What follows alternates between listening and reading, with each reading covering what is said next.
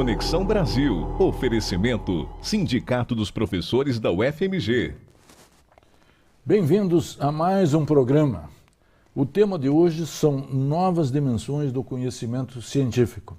E a nossa convidada é a professora Maria José Esteves de Vasconcelos, que é psicóloga e professora aposentada da Universidade Federal de Minas Gerais. Hoje a ciência e a tecnologia impregnam todas as relações humanas.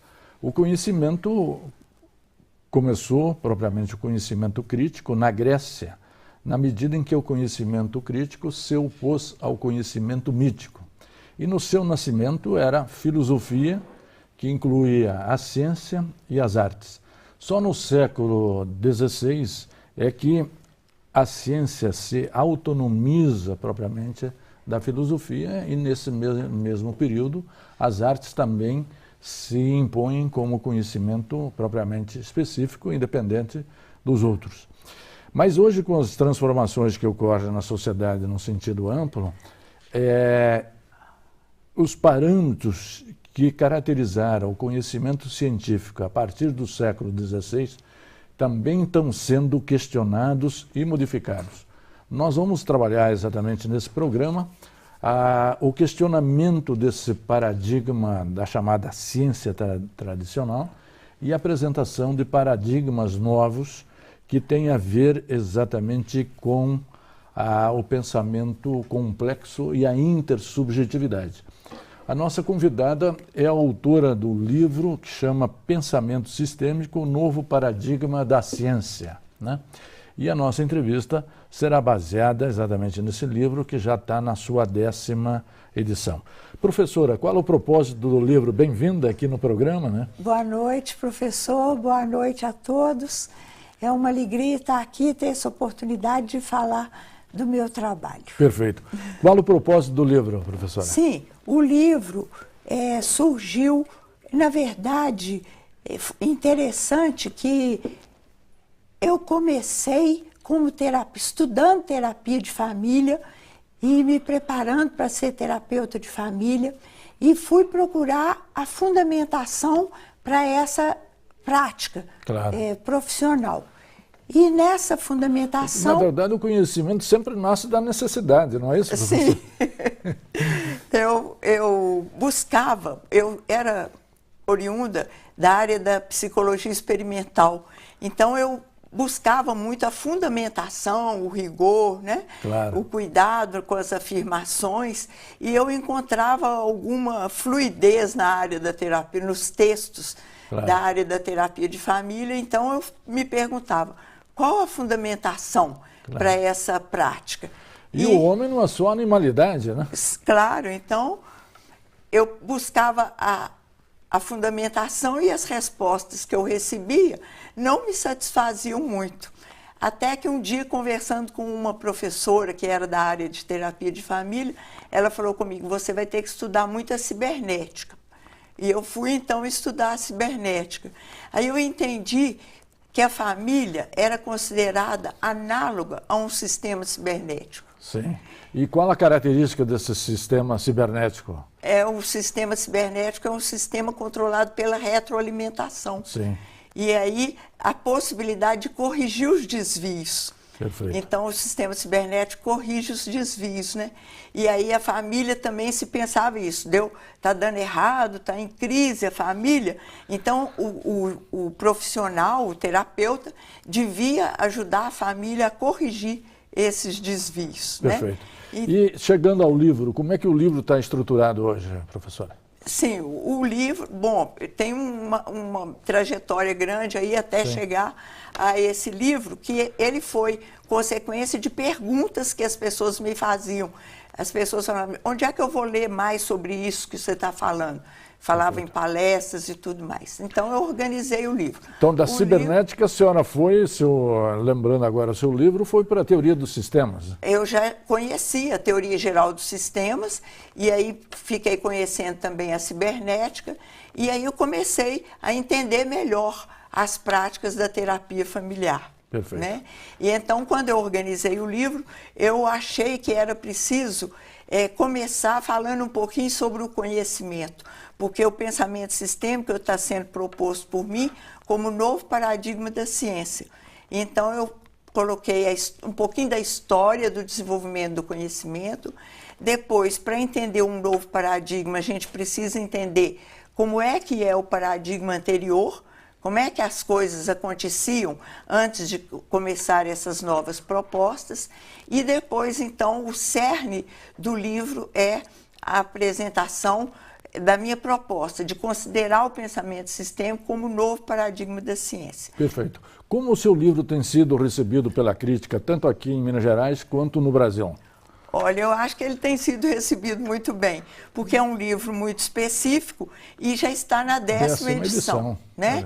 E constantemente, até hoje, eu recebo e-mails, pessoas me fazendo perguntas, me dando retorno, dizendo que o livro é muito bom e que é fácil a leitura e que eu consegui colocar um assunto muito complexo de uma forma fácil de ser lida. Eu também tive essa impressão ao ler o seu livro, exatamente, questão complexa, mas inteligível, bem escrito, que as pessoas com uma mínima de formação podem entender.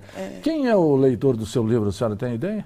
Olha, eu tenho ideia de que os leitores estão nas várias disciplinas científicas, pelos retornos que eu tenho. Apesar de eu ter mais contato na área da terapia de família, mas também tenho contato agora, por exemplo, vou para um congresso que é o Congresso Brasileiro de Sistemas, onde vão estar presentes pessoas da área da administração, gestão, agroecossistemas, várias áreas estarão lá representadas. Sim. Mas eu acho que os professores têm utilizado muito meu livro. Perfeito. Eles orientam os alunos para ler o livro e acham que tem sido útil. E esses congressos é uma prática de interdisciplinaridade ou de transdisciplinaridade?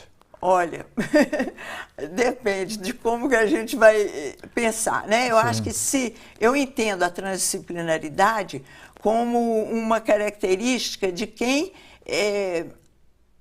assumiu esse novo pensamento, claro, que inclui o sujeito, né? Sim. Então, eu acho que, enquanto na disciplinaridade o profissional tem uma relação privilegiada com o seu objeto, e cada um com um objeto, né, na área física, na área biológica, na área social, o cientista novo paradigmático tem uma relação privilegiada com os outros cientistas. Perfeito.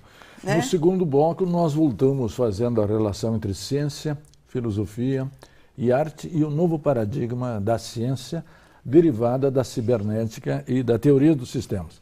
Um instante só, voltaremos já. Interconexão Brasil. Oferecimento Sindicato dos Professores da UFMG.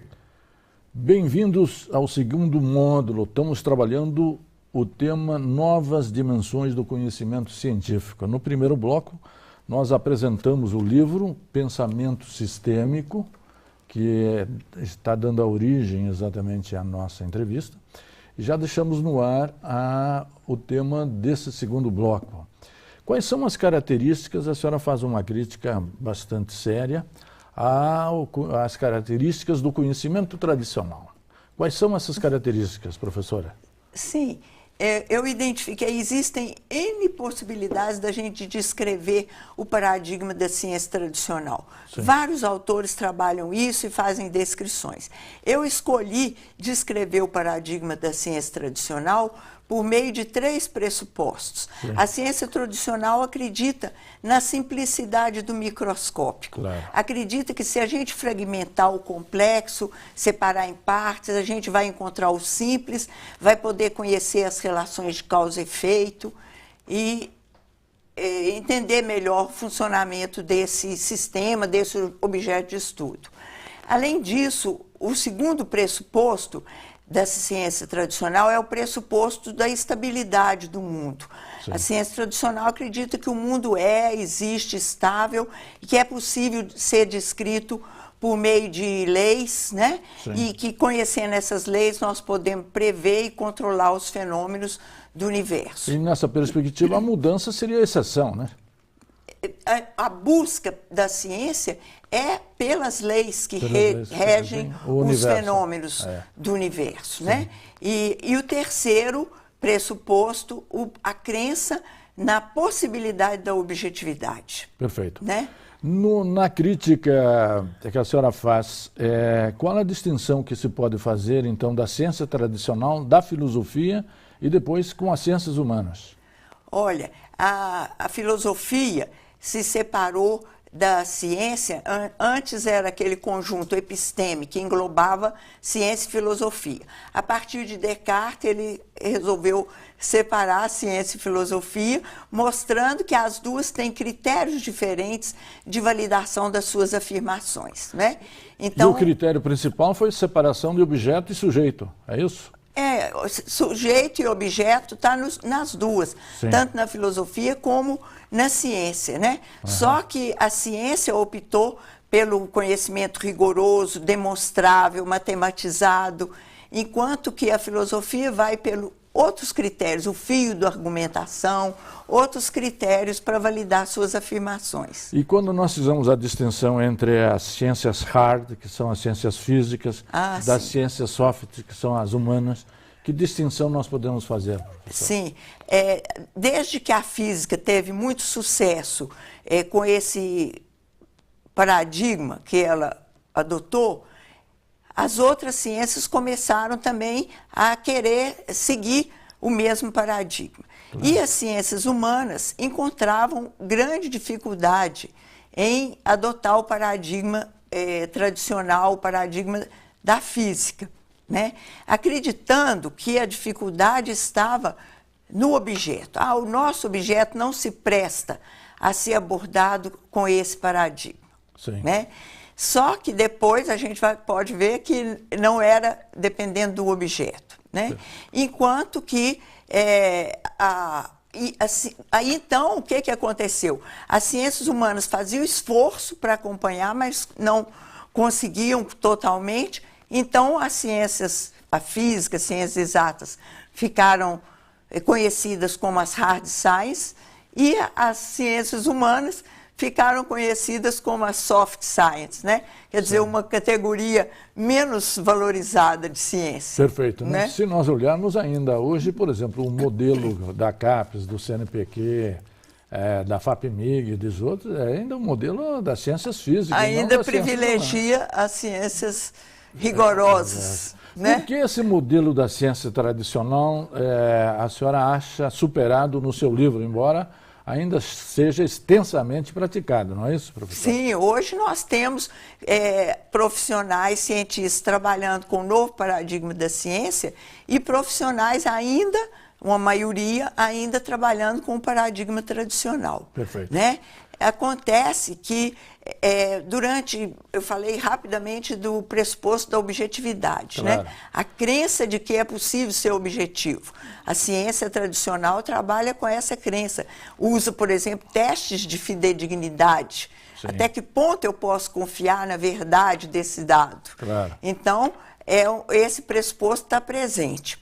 E as ciências humanas falando, não é possível trabalhar com esse pressuposto, né? E aí muitos filósofos, muitas vezes, inúmeras vezes, falaram da impossibilidade da objetividade. Só que isso não soava no meio dos cientistas, por quê? Porque isso é coisa de filósofo. Sim. Só que agora é de dentro dos próprios laboratórios de ciência que estão vindo as evidências de que é impossível sermos objetivos. Isso se deve à forma como nós somos biologicamente constituídos. O nosso sistema nervoso não permite que a gente seja objetivo, nem para falar desse livro, dessa mesa, de um ser vivo, de uma planta ou de outro ser humano. Neste caso, então, o conhecimento não é mais a representação? Não, o conhecimento agora nós pensamos como uma construção no espaço da intersubjetividade. Eu tenho o meu conhecimento, a minha apreensão do objeto, você pode ter uma outra apreensão diferente da minha. Então, quando nós compartilharmos essas nossas experiências subjetivas, nós podemos construir juntos, nesse espaço de intersubjetividade, construir aquilo que nós vamos tomar como real. Perfeito. Nesse caso é o diálogo que é o fundamental. Tudo vai se dar na conversação. Não há mais dono da verdade, então, professor? A verdade caiu. Caiu. Só ficou na religião. Sim, porque aí é outro domínio linguístico, né? São outros critérios para validar as afirmações, claro. Né? Nós estamos no campo do dogma, né? E nós podemos perfeitamente transitar entre os vários domínios linguísticos. Claro. Nada impede que um cientista transite pelo domínio da filosofia, transite pelo domínio da religião. Só ele tem que saber claramente em que momento eu estou num domínio ou no outro. Sabendo que os domínios são constituídos pelas pessoas que conversam a respeito das questões próprias daquele domínio. Nesse sentido, também aquela oposição ferrenha entre ciência e religião termina desaparecendo? Desaparece, porque o cientista, muitas vezes, ele tinha até receio de dizer que ele frequentava uma igreja, que ele era religioso, né? Mas hoje não, fica muito claro que todos esses são domínios constituídos nas conversações. A ciência como tal não existe. Existem os cientistas que, conversando, constituem o domínio linguístico da ciência. Perfeito. Outro pressuposto que nós vamos trabalhar no terceiro bloco é exatamente da complexidade. Um instante só, voltaremos. Interconexão Brasil. Oferecimento Sindicato dos Professores da UFMG.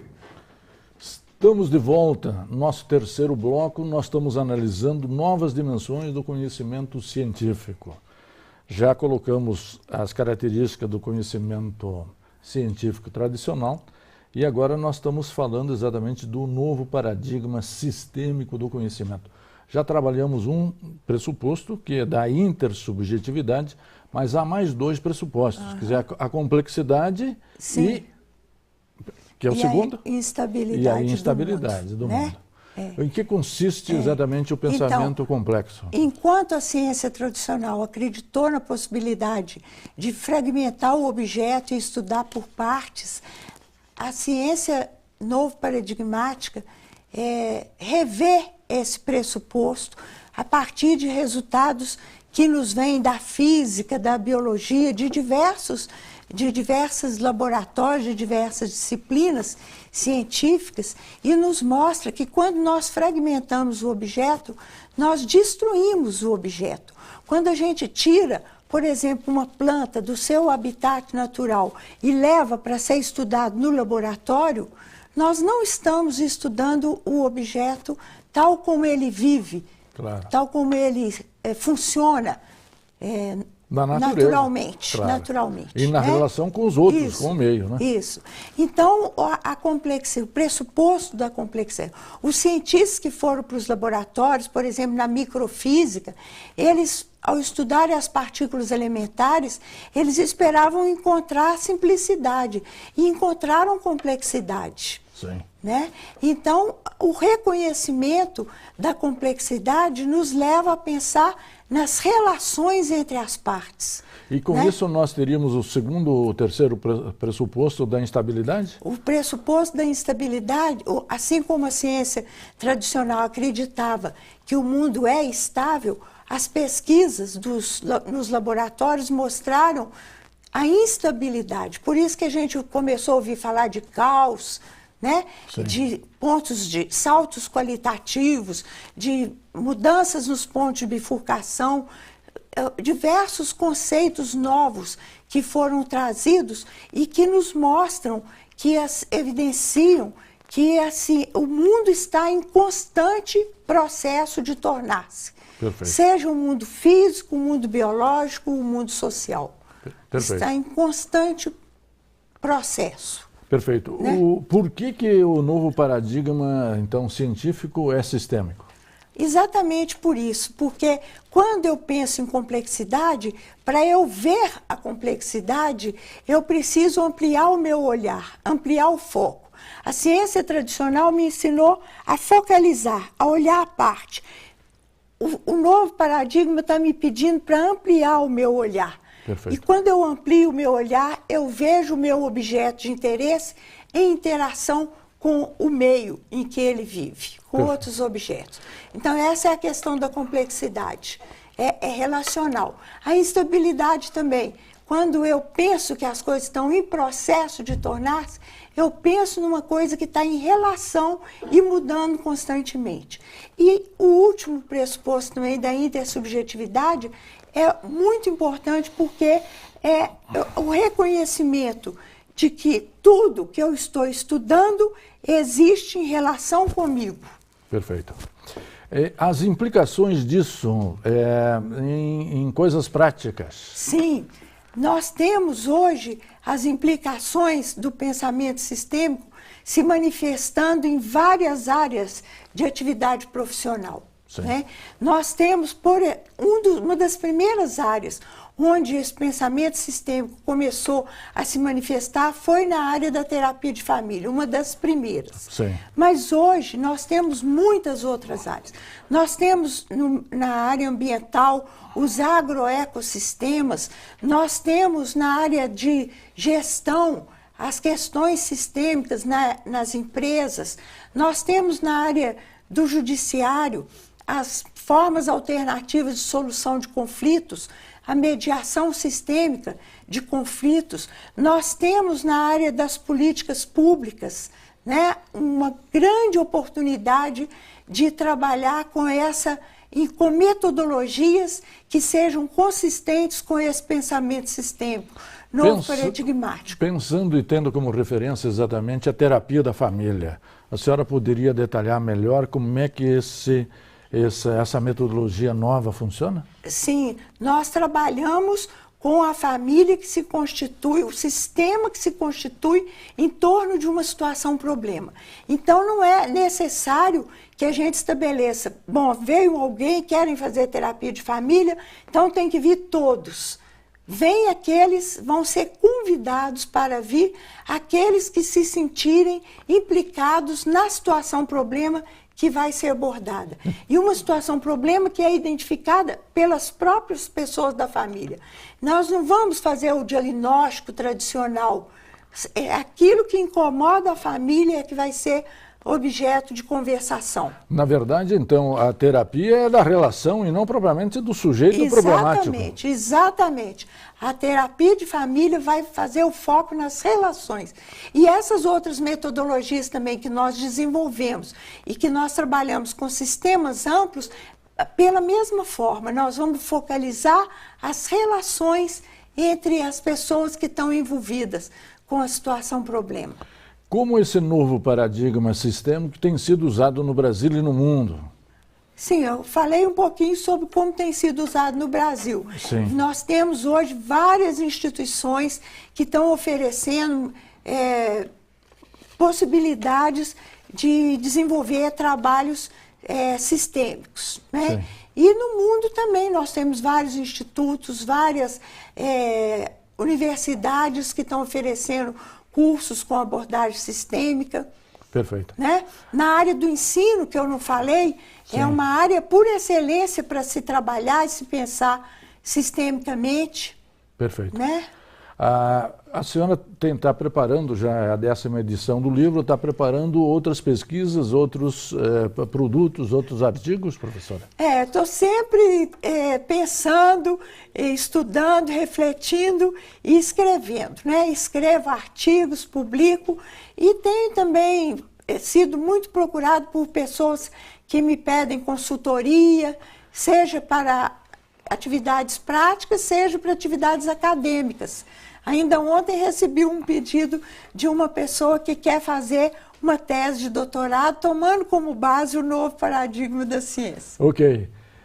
Professora, eu queria agradecer muito a sua participação aqui no programa, cumprimentá-la pelo livro, um livro excelente que eu recomendo a todos, tanto para as pessoas que estão fazendo mestrado, doutorados, quanto também profissionais que querem ter novas referências propriamente profissionais, novas metodologias de trabalho, que pegue exatamente a complexidade, a relação e a intersubjetividade. E a você, telespectador, que sempre nos acompanha e nos prestigia, muito obrigado pela sua audiência e até a semana que vem.